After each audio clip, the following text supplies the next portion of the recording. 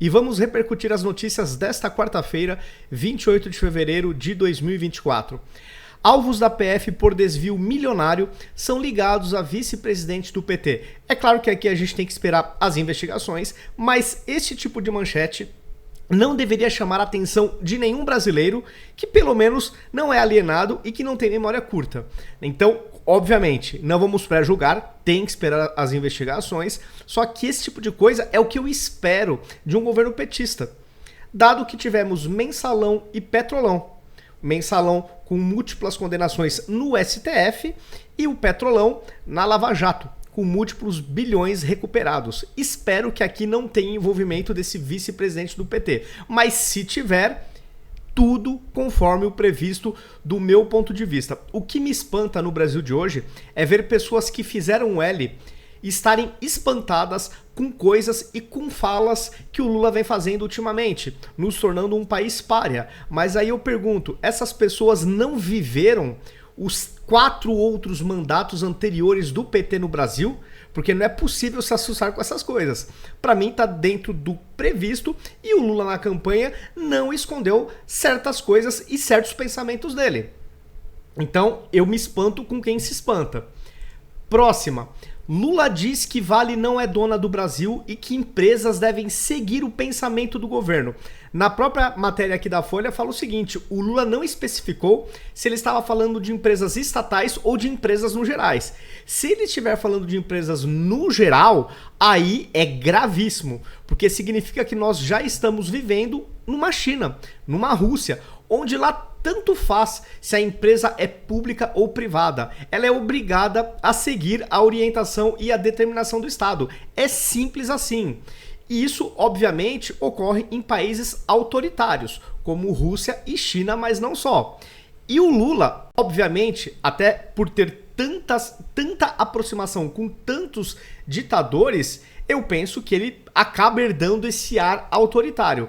Isso aqui pra mim beira o absurdo. Não tem essa conversa de empresas devem seguir pensamento do governo, só se a gente estiver numa tirania. Aí sim o Lula tem razão. Mas frase preocupante, porque isso mostra, não que seja novidade, mas o espírito autoritário dele. E continuando no Lula, ele disse o seguinte: não usei a palavra holocausto, diz Lula sobre crítica a Israel. A própria reportagem do Poder 360 relembra uma fala do Lula deste mês de fevereiro, mais especificamente na Etiópia, onde ele disse o seguinte: o que está acontecendo na faixa de Gaza não existe em nenhum outro momento histórico. Aliás, existiu quando o titio bigodudo da Alemanha resolveu matar os judeus. Pois bem, este episódio histórico é conhecido como Holocausto. Então, além do mais, o Lula quer surrar a nossa inteligência. Ele não precisa explicitar essa palavrinha, sendo que todo o contexto que ele deu remete a esta palavrinha. Então ele tenta se apegar aí à ignorância das pessoas e tenta dizer que ele não falou aquilo que ele disse quase que explicitamente, de forma implícita, com todas as palavras, ele estava remetendo ao Holocausto. Então isso mostra que ele tem a noção que isso pegou mal e que talvez a bolha dele não seja tão grande assim a ponto dele poder sustentar certas bizarrices que ele fala. Porque se a bolha fosse gigantesca ao ponto de não impactá-lo politicamente, ele não precisava dessa recuada. Continuando nele, Lula embarca para a Guiana de olho em aproximação com a Venezuela. Nossa, muita surpresa esse tipo de coisa. Nessa matéria fala que ele quer se encontrar com Nicolás Maduro e, segundo a reportagem, ele estaria falando com a oposição e com a situação, que é o ditador Maduro, em relação a eleições limpas. Só que ele não tá tocando no ponto, não vai criticar, não vai colocar ressalvas, por exemplo, no fato do Maduro ter tirado da disputa a sua principal oponente. Então, assim, pra mim, isso aqui é só pra dar matéria. É só pro Lula poder falar: olha, eu conversei com a oposição e com a situação, eu fiz a minha parte. Não, você não fez a sua parte. Onde tinha que pisar na ferida, no calo, você não fez. Você passou o pano. Você fez vistas grossas para aquilo que realmente importava. Outra. Aqui a Bárbara, do Te Atualizei, ela traz aqui uma matéria do Marcelo Godoy, do Estadão, onde ele comenta um pouco a prisão do Felipe Martins, que é um ex-assessor aí do governo Bolsonaro. Ela até colocou o seguinte: os juristas do país seguem mudos com uma prisão fundamentada em um erro, mas é democracia. Democracia para Carvalho. E aqui vou ler o recorte, né? Então a manchete é o seguinte: a prisão do bolsonarista que desafia o ministro Alexandre de Moraes. Se há erro no caso de Felipe Martins, ele deve ser solto. A PF tem como saber se as provas apresentadas pela defesa são verdadeiras. E aqui um trechinho que ela destacou é o seguinte: Martins teve a prisão preventiva decretada por Moraes porque a PF achou seu nome em uma lista de passageiros que embarcou para a Flórida com o Bolsonaro, sem que houvesse registro da saída do assessor na alfândega. Isso faria dele alguém que pudesse sair do Brasil sem precisar do passaporte. Daí porque a entrega do documento não bastaria para impedir sua fuga, a exemplo do que Moraes decidiu a respeito de Bolsonaro e de Braga Neto. O problema é que os dados da defesa, em tese, levantam uma dúvida razoável de que Martins não tenha deixado o país, informação que fundamentou a prisão, e se há erro, ele deve ser solto. Pois é, né? Eu acho difícil ele ser solto. Tá? Eu não vejo que o judiciário tem boa vontade quando envolve bolsonaristas em admitir erro. Esta é a minha impressão, mas eu espero estar completamente errado. Outra: prisão de Bolsonaro seria justa para 50% dos brasileiros e injusta para outros 39%, diz pesquisa. Bom, foi do Instituto Quest, que é o instituto aí esquerdista, e uma coisa que eu fui buscar nessa matéria é o seguinte: quando eu vejo uma pesquisa que em princípio está surrando a realidade, eu procuro ver onde essa pesquisa foi feita. E para minha surpresa, não tinha informação de onde ocorreu essa pesquisa. Eles simplesmente colocaram o seguinte na matéria: o levantamento com 2.000 eleitores, por meio de entrevistas presenciais, mediu a percepção dos brasileiros sobre o ato realizado por aliados do ex-presidente na Avenida Paulista. Tá, não falou em que bairro, em que estado, em que município, não falou nada onde essa pesquisa foi feita. E por que eu acho isso uma informação relevante? Porque é óbvio, é sabido que localidades costumam ter opiniões, gostos, culturas diferentes. Tanto que, por exemplo, nos Estados Unidos, os estados são pintados com vermelhinho republicano ou azul democrata. Por quê? Porque, obviamente, a depender do local, tem-se uma preferência, tem-se uma visão predominante em determinado espectro ideológico. Então, o estado é majoritariamente de direita, o outro é majoritariamente de esquerda, e isso é normal. Isso vale não só para política, para hábitos, cultura, etc. Então, quando na matéria traz um número que pra mim tá espancando a realidade, e aí eu entro no corpo da matéria, não fala onde essa pesquisa foi feita, eu fico com uma pulguinha atrás da orelha no seguinte: será que foi feito justamente em locais para se conseguir esse resultado? Será que este era o resultado pretendido pelo Instituto? São perguntas, não estou afirmando. Eu não estou nem sequer afirmando que houve má fé do Instituto, mas eu sinto falta de saber onde foi realizada esta pesquisa, em quais foram os locais.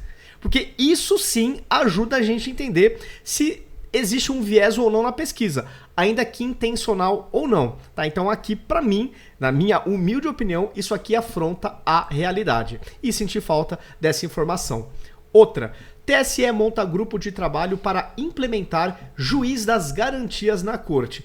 Acho excelente isso, porque o Brasil, de fato, está precisando desse papel de juiz de garantias para verificar se o processo está indo dentro das leis, se não está tendo nenhum arbítrio, se está indo tudo conforme o previsto do ponto de vista legal e constitucional.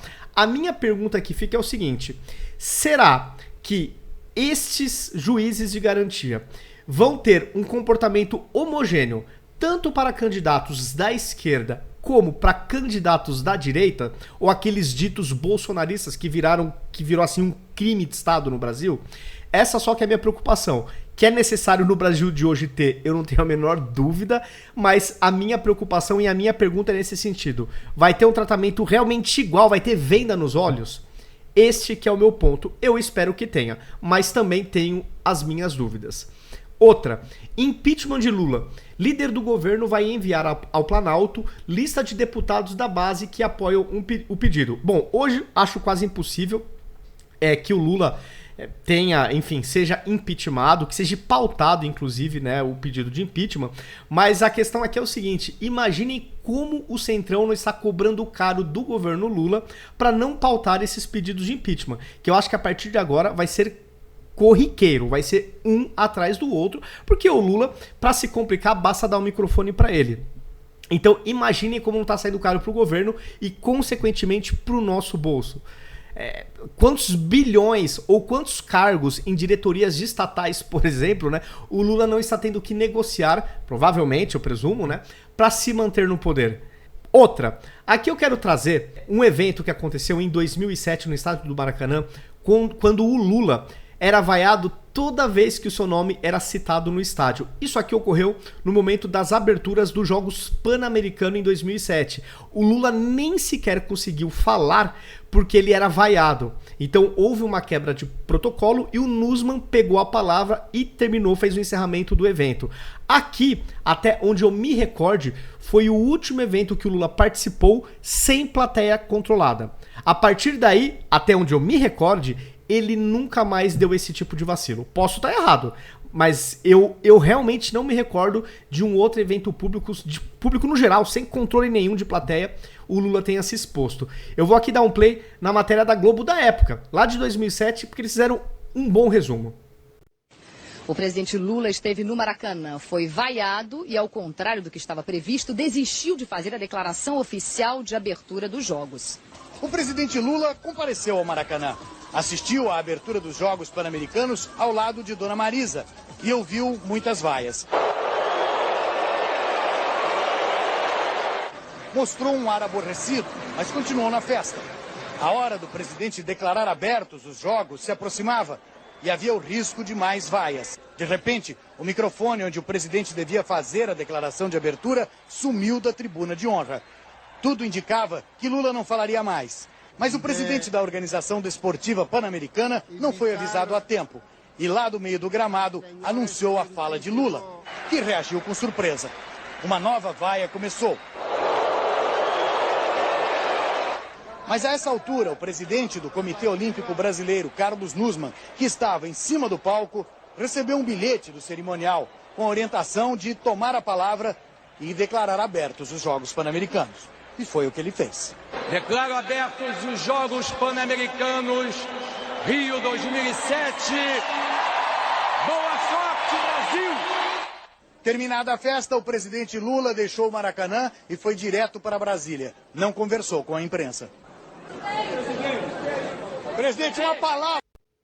Bom, pessoal, então não é de hoje que o Lula é vaiado. De fato, não é de hoje. Já desde 2007 que o Lula já perdeu a tranquilidade em se misturar com o povo.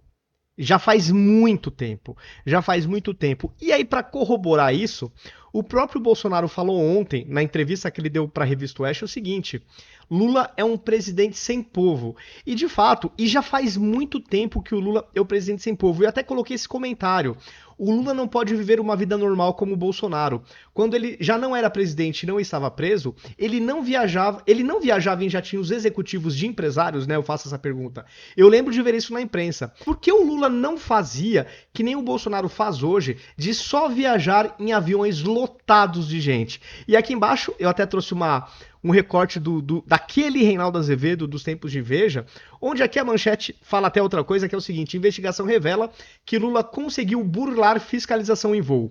O estranho caso em que um delegado da PF proibiu fiscais de inspecionar bagagens de Lula, e aqui eu destaquei, quando ele se preparava para voar em jatinho privado para Roma.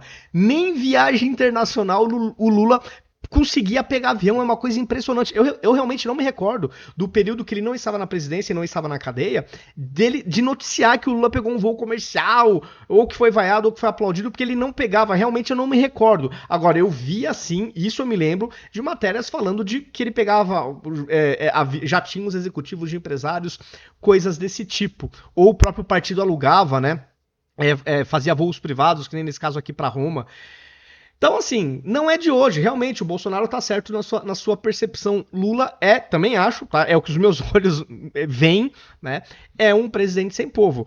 Eu desconfio que se ele for no supermercado, ele vai ser vaiado. Se ele for numa padaria, ele vai ser vaiado. Se ele der uma caminhada na Paulista, ele vai ser vaiado. Essa é a impressão que eu tenho. Porque as raras vezes que surgiram recortes nesse sentido, ele tava sendo xingado aí com alguns adjetivos pesados, né? Que tocam aí na moral do presidente.